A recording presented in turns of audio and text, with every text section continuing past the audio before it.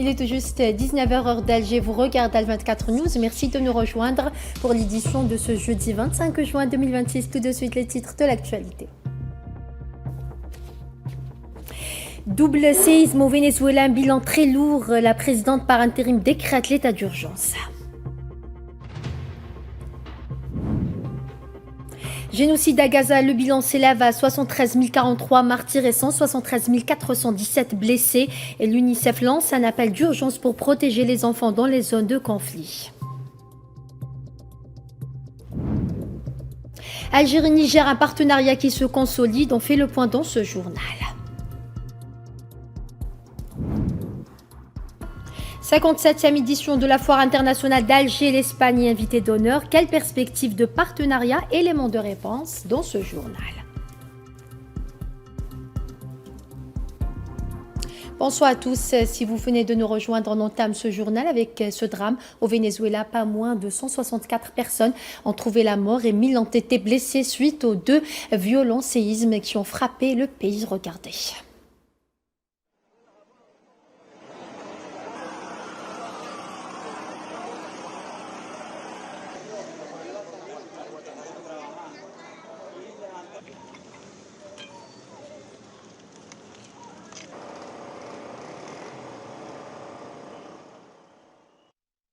Et ce double séisme dévastateur qui a frappé le Venezuela a été localisé près de Morón, à l'ouest de Caracas, à faible profondeur.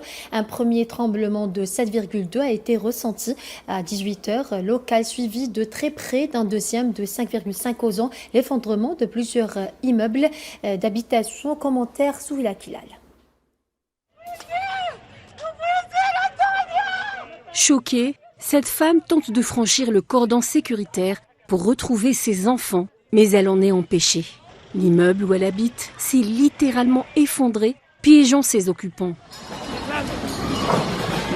La terre au Venezuela n'a pas tremblé aussi fort depuis 126 ans. 2 gros séismes en l'espace de 39 secondes à 160 km de Caracas ont plongé la région dans l'apocalypse. Cela a duré plusieurs secondes, je dirais plus d'1 minute, c'était extrêmement violent. J'habite à un étage inférieur et on sentait vraiment les débris tomber dans la gaine de ventilation de la salle de bain. C'était la chose la plus violente que j'ai vécue en 43 ans. Nous avons vécu la terreur, j'ai tout perdu. J'étais au 3e étage de la maison et quand j'ai senti les secousses, je suis descendu chercher ma femme et les animaux. Tout s'est effondré, tout est tombé par terre. Je me suis retrouvée dans l'embrasure d'une porte avec mes 3 enfants.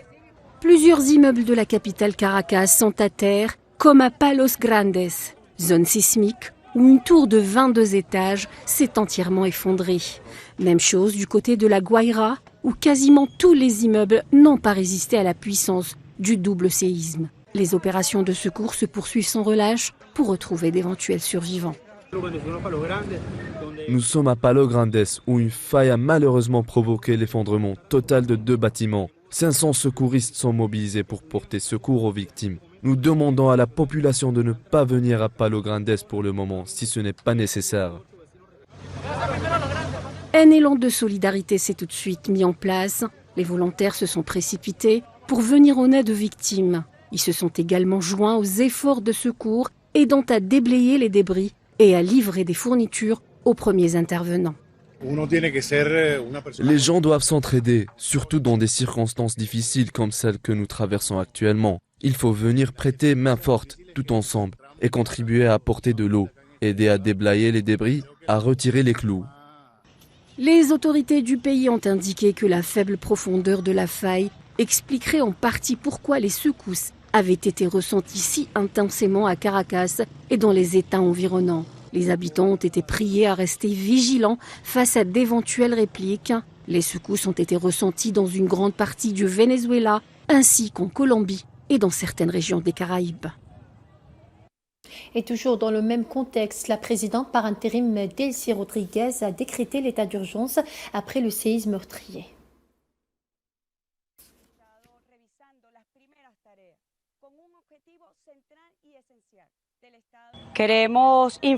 Nous tenons à vous informer qu'aujourd'hui, vers 18h, 2 séismes successifs se sont produits. Le premier de magnitude de 7,2 et le second de magnitude de 7,5. À ce jour, 20 répliques ont déjà été enregistrées. Cet événement a des conséquences graves et a particulièrement touché plusieurs États. À Caracas, la capitale, des bâtiments se sont effondrés dans différents quartiers. Les États de Miranda et de La Guaria ont également été touchés, gravement touchés. Les États d'Aragua et de Carabobo et de Falcón ont également subi des conséquences. Le premier message à notre population est de rester unis afin de sauver des vies. Et justement, la directrice générale de l'Organisation internationale pour les migrations, AMIPOP, a appelé ce jeudi à une mobilisation internationale rapide après les séismes meurtriers survenus au Venezuela. AMIPOP a indiqué que l'OIM travaillait avec ses partenaires pour évaluer les besoins des populations sinistrées et leur apporter une assistance.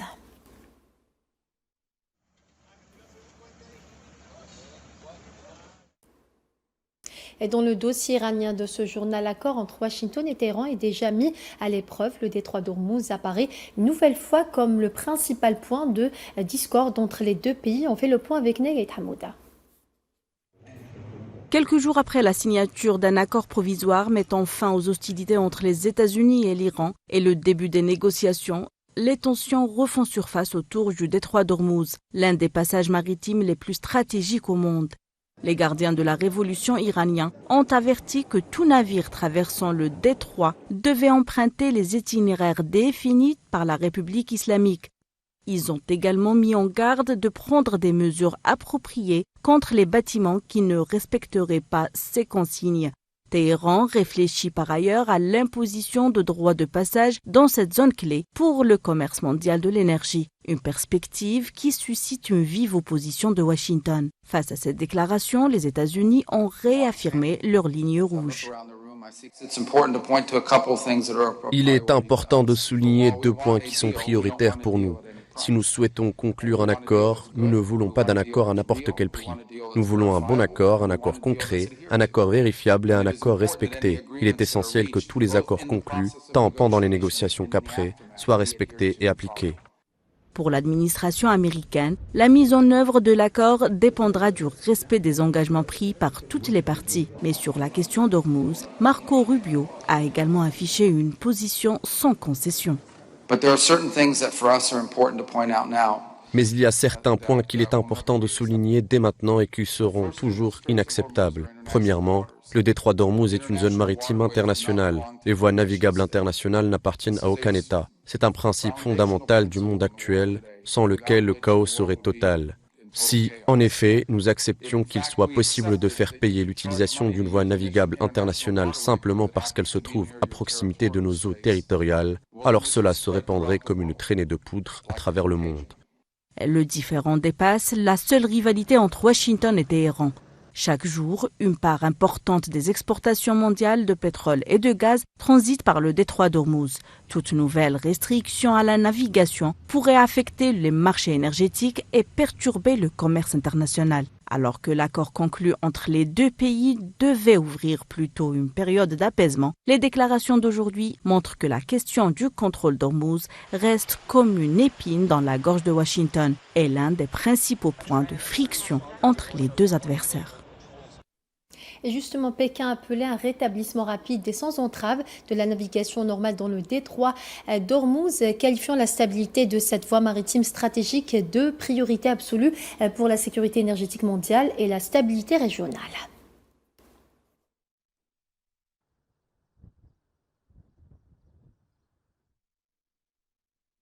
Au Liban, le bilan des victimes de l'agression sioniste contre le pays s'est alourdi à 4 211 martyrs et 12 173 blessés, a annoncé le ministère libanais de la Santé. L'armée d'occupation sioniste poursuit ses agressions contre le Liban malgré l'entrée en vigueur d'un accord de cessez-le-feu.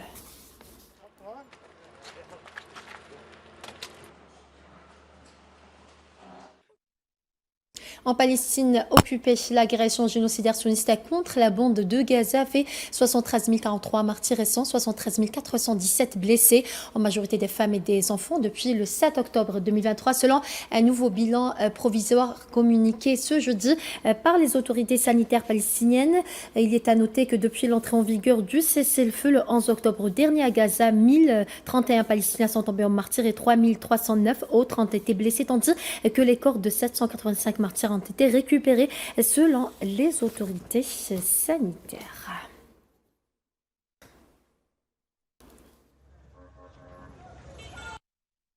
Le président du Conseil national palestinien, Rouhi Fatouh, a déclaré que la saisie par les autorités d'occupation sioniste des terres dans la ville de Singil au nord de Ramallah, en Cisjordanie occupée, représente une dangereuse escalade dans le projet d'annexion et de colonialisme de peuplement.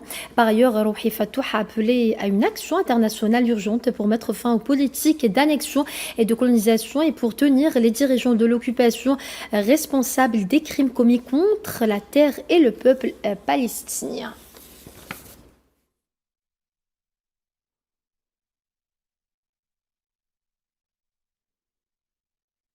Et un projet de loi sioniste qui étendrait le contrôle civil sur des sites anciens en Cisjordanie a suscité des critiques de la part des Palestiniens et des groupes de défense des droits humains.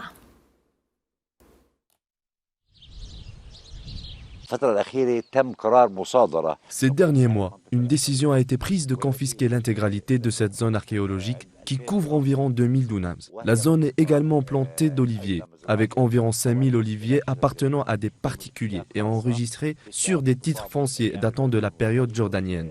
Cette décision de confiscation a été prise par Israël. Premièrement, elle constitue une violation du droit international car il s'agit d'un site archéologique occupé. Deuxièmement, elle porte atteinte aux droits de propriété des populations et les appauvrit. Elle s'inscrit également dans le cadre de l'expansion des colonies vers le nord, l'archéologie étant utilisée comme un moyen de favoriser cette expansion de diverses manières.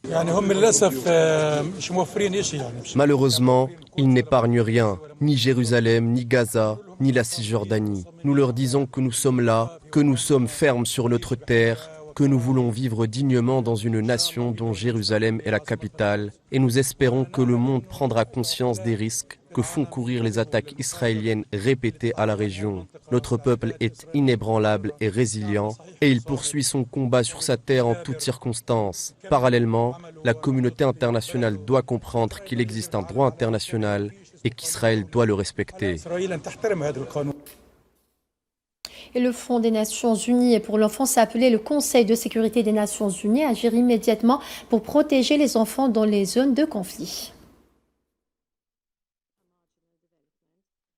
Children are not collateral damage. They are not bargaining chips. Les enfants ne sont pas des dommages collatéraux, ils ne sont pas des monnaies d'échange, ils ne sont pas un sous-produit de la stratégie, ils ne sont pas sacrifiables et pourtant, conflit après conflit, on traite les enfants comme si leur vie pouvait être sacrifiée pour obtenir un avantage militaire, le contrôle d'un territoire, la domination politique, un gain financier ou une destruction pure et simple. C'est intolérable. This is intolerable. Dans le reste de l'actualité de ce journal, les relations entre l'Algérie et le Niger connaissent une dynamique de renforcement stratégique. Les deux pays consolident leurs liens à travers des accords bilatéraux. Commentaire à Madame Zenzitouni. Alger-Niamey, une relation historique ancrée dans la fraternité depuis les années 60. Les deux capitales entretiennent une coopération diplomatique, sécuritaire et économique profonde, récemment consolidée par des projets structurants majeurs. Depuis février, la relation entre les deux pays traverse une phase de redynamisation stratégique, marquée par une volonté mutuelle de transformer les défis sécuritaires en opportunités économiques concrètes. Les deux nations partagent une frontière de près de 1000 km, faisant de leur coopération un pilier de la stabilité en Afrique subsaharienne. Une coopération devenue exemplaire au niveau continental renvoie notamment au projet grandiose de la réalisation d'une centrale électrique de solidarité à Niamey, offerte par l'Algérie. Cette nouvelle infrastructure d'une capacité de 40 MW permettra de renforcer les capacités énergétiques du Niger en augmentant d'environ 20% la production nationale d'électricité nigérienne. Les deux pays travaillent à l'accélération de projets structurants majeurs, au premier rang desquels figure le gazoduc transsaharien visant à relier le Nigeria au marché européen via le Niger et l'Algérie. Ce partenariat est complété par une collaboration accrue dans l'exploration pétrolière et le raffinage. Le développement de la route transsaharienne reliant Alger à Lagos et des réseaux de fibres optiques transfrontaliers sont au cœur de la feuille de route pour désenclaver le Niger et faciliter les échanges. L'Algérie et le Niger accélèrent leur intégration stratégique à travers des visites officielles de haut niveau. Les deux pays mettent en œuvre des accords bilatéraux pour consolider leurs infrastructures, diversifier leurs échanges et bâtir un avenir commun dans l'espace sahélo-saharien. La deuxième session de la Grande Commission mixte algéro-nigérienne qui s'est tenue à Niamey a marqué une nouvelle étape dans le renforcement des relations bilatérales, inscrite dans le prolongement de la visite effectuée à Alger en février dernier par Abdourahmane Tiani à l'invitation du président de la République Abdelmadjid Tebboune. Cette rencontre a permis d'officialiser de nombreux mémorandums d'entente dans les secteurs de la santé, de l'industrie pharmaceutique et des travaux publics. Sur le plan sécuritaire et diplomatique, Alger et Niamey prônent des solutions africaines aux crises régionales.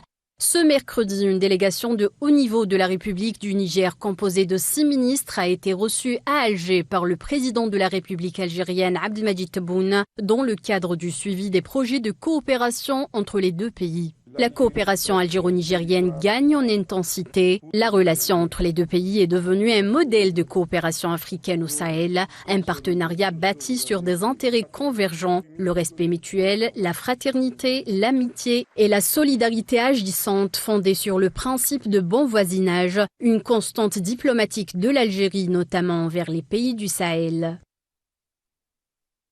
La délégation de la société Naftal poursuit ses missions sur terrain au Niger à travers l'inspection de plusieurs infrastructures en vue d'évaluer les opportunités de coopération et d'investissement inscrites dans le cadre du protocole d'accord signé avec la société nigériane de pétrole Sonidap, indique un communiqué de Naftal. Ces visites d'inspection ont concerné plusieurs installations relevant de la Sonidap Zinder où la délégation s'est enquise de l'état des infrastructures dédiées au stockage et la distribution des produits pétroliers, ajoute le communiqué.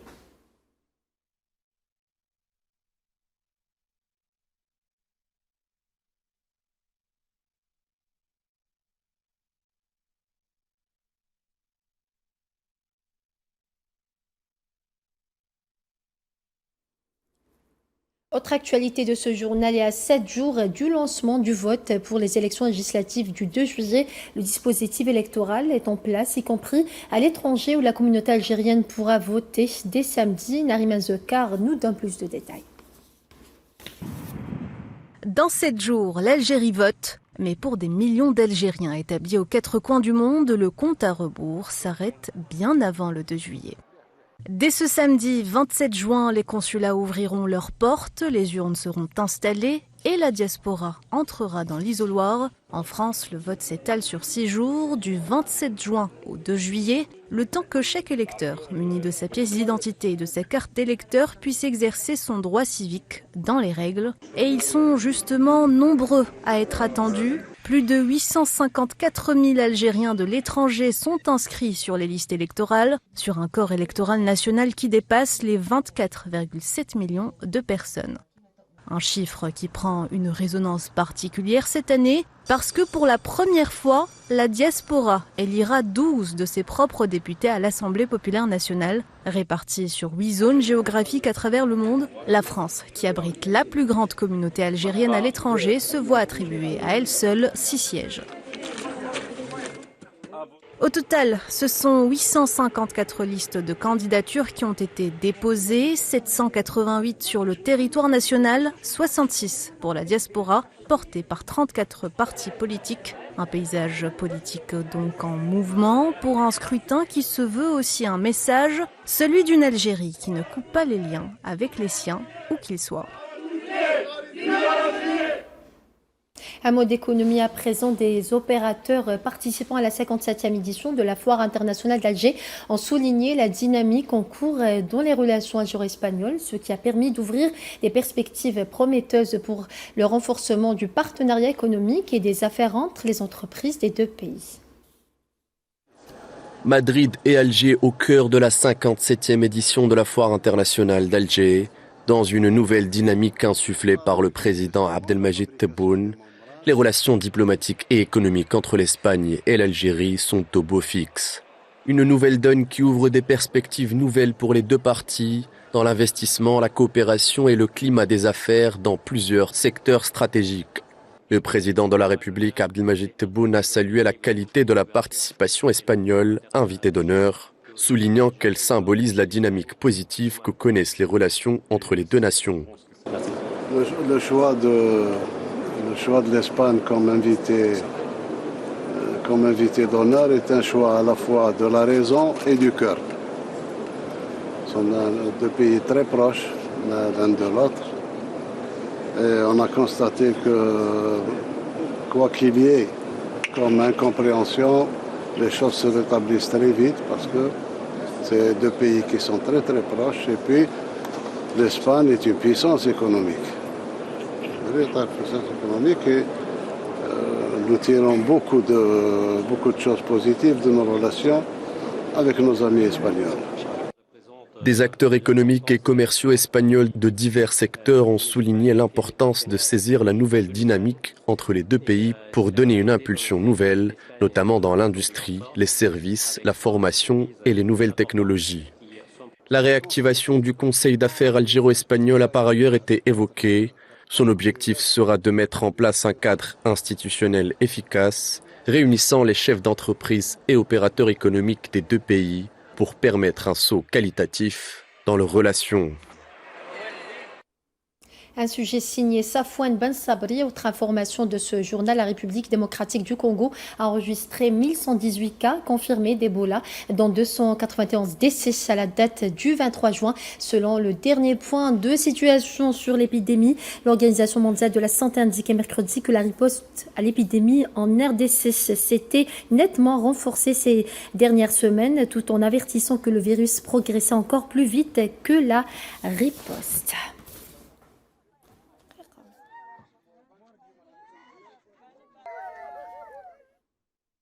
L'Organisation mondiale de la santé a annoncé qu'un essai clinique portant sur 2 traitements potentiels contre Ebola débutera la semaine prochaine en République démocratique du Congo, alors que l'épidémie continue de se propager malgré le renforcement des efforts de réponse. Lors d'un point de presse tenu mercredi à Genève, le directeur général de l'OMS, Tedros Adhanom Ghebreyesus, a déclaré que les préparatifs étaient terminés pour cet essai.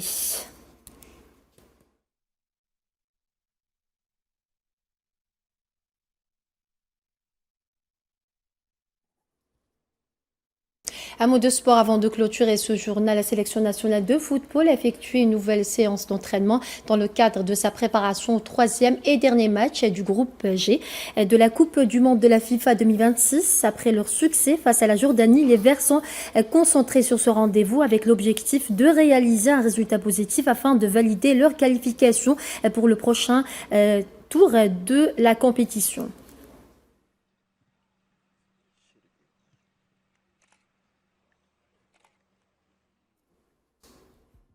Et voilà, c'est ainsi que s'achève ce journal. Merci à vous de votre fidélité. Excellente suite des programmes sur Ad24 News et à demain.